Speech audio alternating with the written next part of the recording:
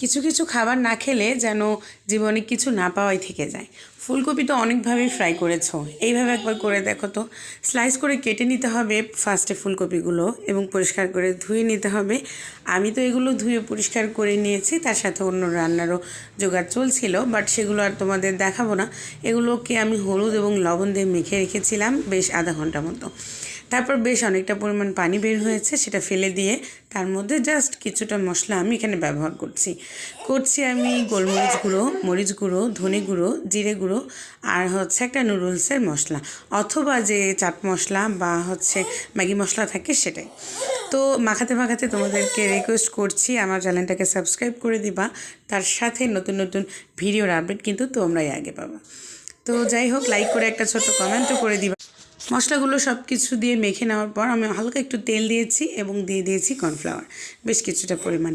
এরপর কিচ্ছু না, আঁচ কমিয়ে এগুলোকে দিয়ে এপিট ওপিট করে ভেজে নিতে হবে।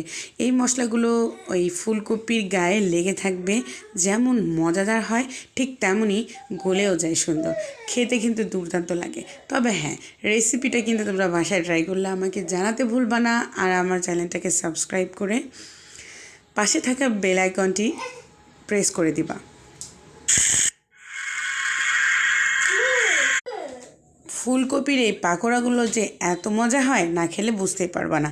তাহলে অবশ্যই একদিন ট্রাই করে দেখতে হবে এবং আমার চ্যানেলটাকে কিন্তু বারবার বলছি সাবস্ক্রাইব করে দিবা নতুন নতুন রান্নার ভিডিওর আপডেট পেতে, এবং আমার কিছু ব্লগিংও থাকছে তোমাদের জন্য।